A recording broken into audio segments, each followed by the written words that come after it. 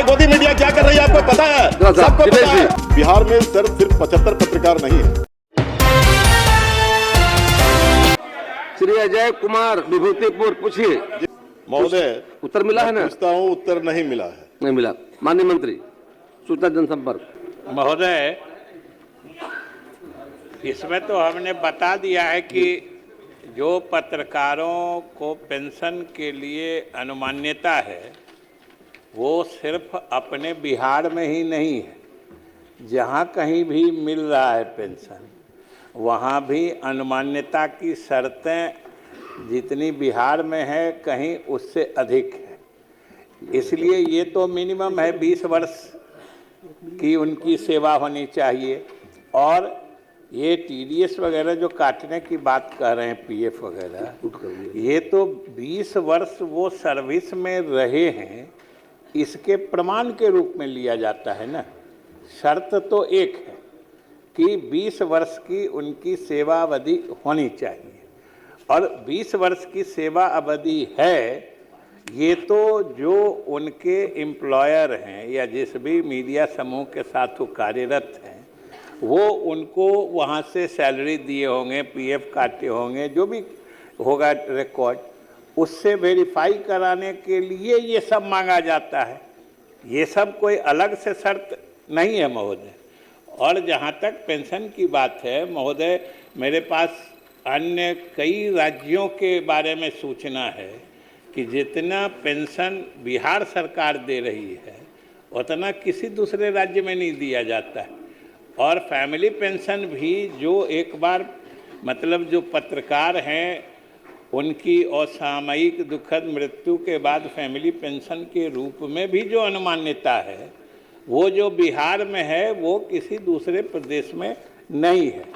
इसलिए और कहीं भी कोई इस तरह का पेंशन या कुछ भी दिया जाता है तो मिनिमम सेवा शर्त तो रहता ही है अजय जी। इसलिए ये एक ही साथ जो पत्रकार मान लीजिए आज हो गए, सर्विस में भी बिहार सरकार के यहाँ भी एक पेंशनेबल मिनिमम सर्विस करने की अवधि होती है। इसलिए महोदय ये उचित है और अन्य राज्यों में भी इसी तरह से। अध्यक्ष महोदय, मैं पूरक पूछता हूँ। एक रखा है शर्त कि अगर उसे कोई सबूत नहीं मिलता है, किसी सेनानी उसकी पुष्टि करता है तो उसको मिलेगा पेंशन। तो क्या सरकार कोई पत्रकार का एक कमेटी बना करके उसको ये जिम्मेदारी दे करके उन पत्रकार को पेंशन देना चाहती है कि नहीं? क्योंकि पत्रकारों की संख्या जो अभी तक मेरे पास है कि सिर्फ 75 पत्रकार को ही उस हिसाब से पेंशन मिल रहा है। बिहार में सर सिर्फ 75 पत्रकार नहीं है। पत्रकार जो है वो पूरी जिंदगी चौथे स्तंभ के रूप में काम करते हुए अपने जीवन को होम कर देता है। अब पूरा पूछ लिया। इसीलिए मेरा कहना है कि जो पीएफ और दूसरी टीडीएस कटौती के आधार पर जो शर्त रखा गया है वो कंपनी उसको काटती है। अब पत्रकार का कंपनी भी जो है शोषण करता है।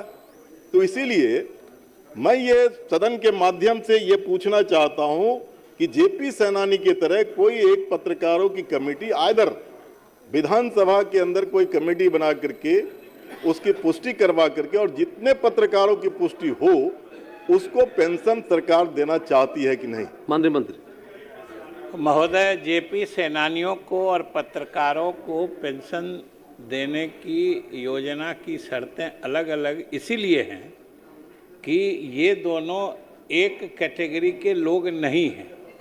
जेपी सेनानी तो बाद में सोच के दिया गया है ना, लेकिन पत्रकार तो लगातार हैं।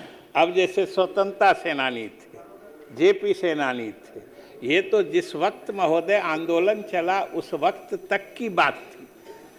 ये लगातार चलने वाली प्रक्रिया। और दूसरी बात है, आप संख्या जो कह रहे हैं, सरकार ने कोई संख्या पे सीमा नहीं लगाई है कि हम 8 को देंगे, 10 को देंगे, 12 को देंगे।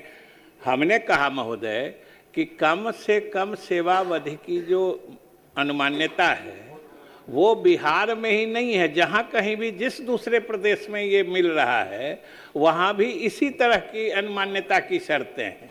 हम तो सिर्फ ये कह रहे, दूसरे कम लोगों को मिल रहा है।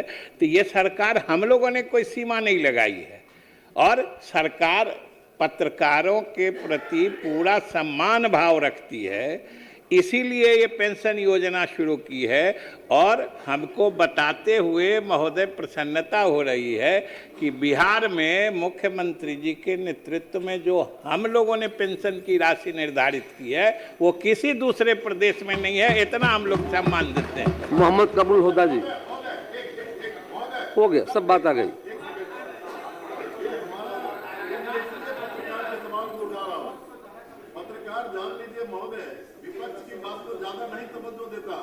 बावजूद इसके मैं पत्रकार, बिहार के अंदर जितने पत्रकार हैं उनके पेंशन की मांग मैं ये कर रहा हूं, मैं उस सवाल को उठा रहा हूं। और इसीलिए मैं ये माननीय मंत्री जी से आप पूछिएगा, आपको जब मौका मिलेगा पूछ लीजिएगा। आप सब जानते हैं गोदी मीडिया क्या कर रही है, आपको पता है, सबको पता है। इसीलिए मेरा माननीय मंत्री जी से है कि क्या बिहार के अंदर सभी पत्रकार जो है उनको पेंशन देने के लिए कुछ अगर नियमों में कुछ शिथिलता लाना है तो ला करके देना चाहती है कि नहीं। मुझे तो इतना ही सिर्फ सरकार विचार करेगी, माननीय